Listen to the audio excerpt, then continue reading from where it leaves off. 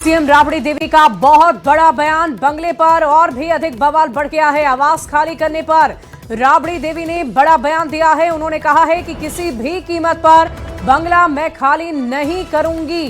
पूर्व सीएम राबड़ी देवी का ये बड़ा बयान, बड़ी खबर आपको बता रहे हैं। आवास खाली करने पर बड़ा बयान राबड़ी देवी का सामने आया। उन्होंने कहा कि नए नए सम्राट चौधरी सीएम बने हैं।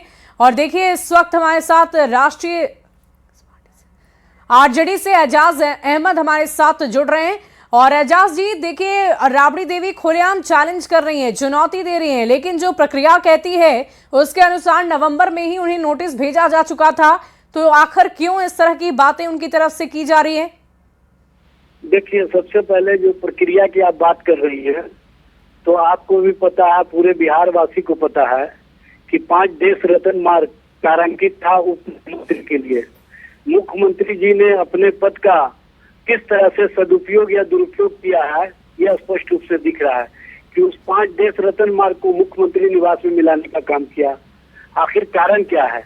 और बिहार विधानसभा अध्यक्ष के लिए जो तारांकित था फ्लैट, उसको कहीं ना कहीं एक मंत्री के लिए अलॉट कर दिया गया। और जो दोनों डिप्टी सीएम हैं वो अपने अपने जो पुराने फ्लैट है उसी में है, जबकि कारांकित पहले से जो रहा उप मुख्यमंत्री का वो समाप्त कर दिए गए।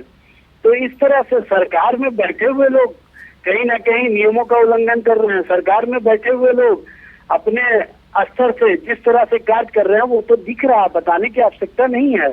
सरकार कैसे काम कर रही है, सरकार किस तरह से काम कर रही है, सरकार का क्या दृष्टिकोण है, ये स्पष्ट रूप से दिखता है। लेकिन एजाज जी, ये जानकारी तो पहले ही पहुंचाई जा चुकी थी। नवंबर के महीने में ही बोल दिया गया था कि आप बंगले को खाली करें, इसे किसी और को अलॉट किया जा रहा है।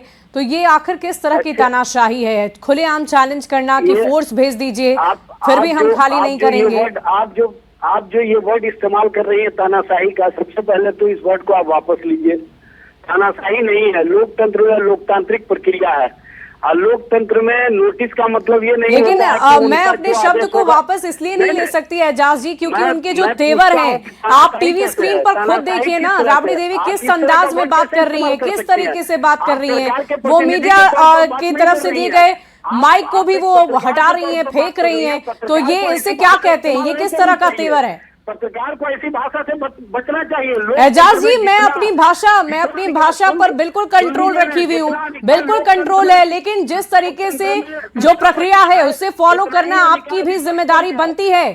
आप भी बिहार की जनता के लिए मजबूत विपक्ष के तौर पर हैं, तो इस तरह की भाषा, इस तरह की चर्चा, और राबड़ी देवी जो एक बड़े पद पर रह चुकी हैं एजाज जी, अगर वो इस तरह से बात करेंगी, अशोभनीय है ये।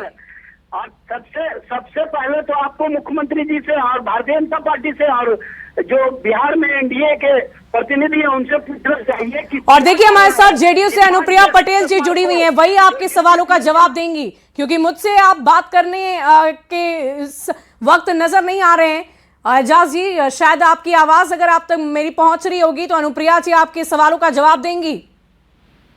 अब अनुप्रिया जी से आप सवाल का जवाब ले लीजिए उस मामले पर कि एक देश रत्न मार्ग में, एक अन्य मार्ग में 5 देश रत्न मार्ग को कैसे मिला लिया गया, कौन सा कानून और कौन से संविधान के अंतर्गत काम किया गया कि मुख्यमंत्री के लिए बड़े से बड़ा।